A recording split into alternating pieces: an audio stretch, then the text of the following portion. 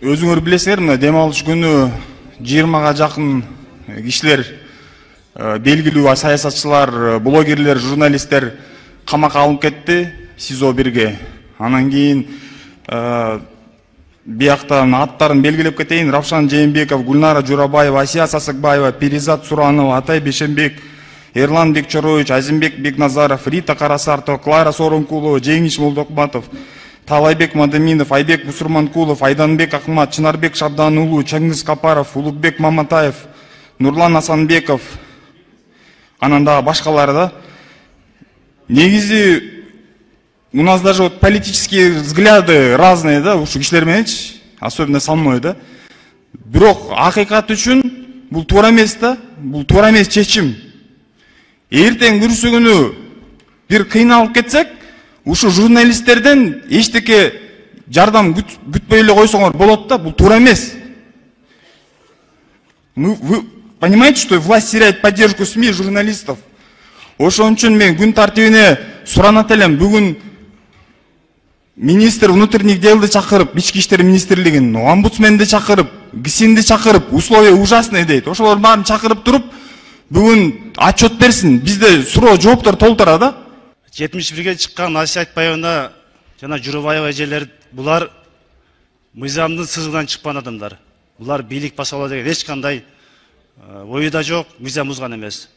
Асия Айтбаевна убагында ошо Сады Жапаровдагы боштондукка чыксын деп митингге чыгып жүргөн аялдардын бири. Ошондуктан мен баарына үйүнөн курал талгандарга мен жооп бере албайм. Бир айрым кишилер мыйзамдын сызыгынан чыкпайт, алар өзүнүн пикирин айтып коюшту. Ошол эле жанагы Акыл Казаков, Айдын Акматовдор мыйзам жолунан чыккан адамдар эмес. Ошолорду мындай туура баа берсек, бардыгы айткан пикирине жооп берет. Бардыгы конституциянын негизинде өзүнүн пикирин айта алат. Ошондуктан мына билесиздер, Тажикте кол салганда Атай Бешенбек, Эрлан Бекчороев биздин азаматтар кандай туруп берди эле? Ошолорго туура чечим кылсак. Биз ушул жерден бир 200 метр аралыкта турган жогорку кеңеш эмес, миңдеген чакырым башка мамлекеттер дагы ушуга реакция жасады. Эч нерсе болбогондой болуп, биз мыйзамдарды талкуу кылып отуруп алганыбыз эл өкүлчүлүгү деген бийик наамга татыксыз болуп калабыз. 23 киши кармалып аткан болсо, 23 үй бүлөнүн аркасында 5тен киши болсо дагы жүздөгөн кишилердин тагдыры маселе болуп атат. Көпчүлүк учурда өкмөт киргизип атат, президент суранып атат, ушуну кезексиз карап коелу, колубузда кагаз жок болсо деле кезексиз карап коелу деген демилгени көп көтөрөбүз. Мен ушул демилгеден колдонуп туруп биринчи жолу көтөрөм ушуну. Кезексиз эле бүгүн күн тартибине киргизип, болгондо дагы кече тийиштүү комитет караптыр.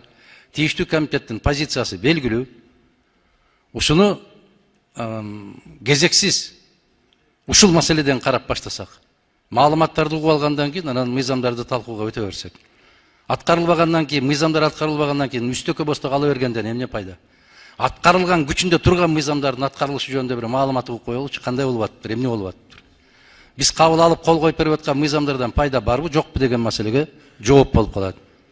Ошондуктан мен сунуш киргизем, жогорку кесиптештерибиз айткан маселени добушка коюп күн тартибине киргизип, кезексиз ушу маселеден баштасак деген. Мен айтат элем, мына Адахан Кимсанбаевичкечи бүт каерден болсо баягы өзүнүн баягы пиарын чыгарганга, пиарын иштеп чыкканга баягындай көп сөздөр сүйлөп атат да.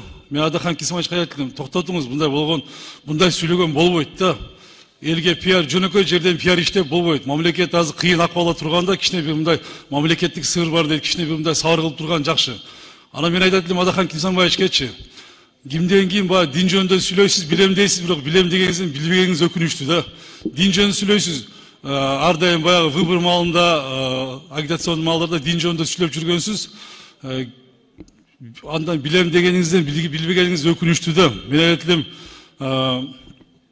кимден кийин өлкө башчысына каршы сүйлөй турган болсо, күндү карап таш урган мен бар да.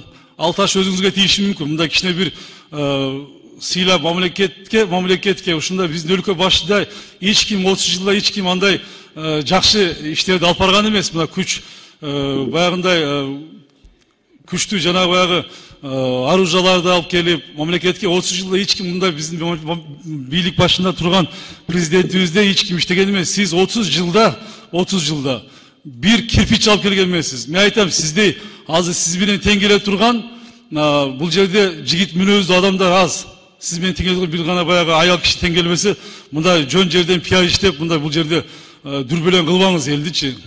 Күч өргөндөр өзү чечет. Мына Сүйүн Абылдаштын сөзүнө мен кошулам. Любой нерсенин өзүнүн убакыт сааты келет. Мен айтам, ал сиз менен кийин сөзүмө комментарий бербеңиз.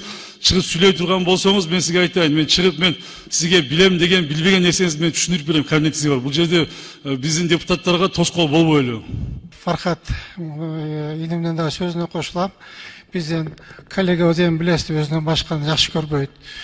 Өзүнөн башканы акылдуу сезбейт. Бул эми дешевый пиар да. Дешевый пиар. Эми бул жанагы мен кечирип коем, эми бул сөздө айып жок дейт. Бул политический мусор да. Одно и то же. 30 лет одно и то же.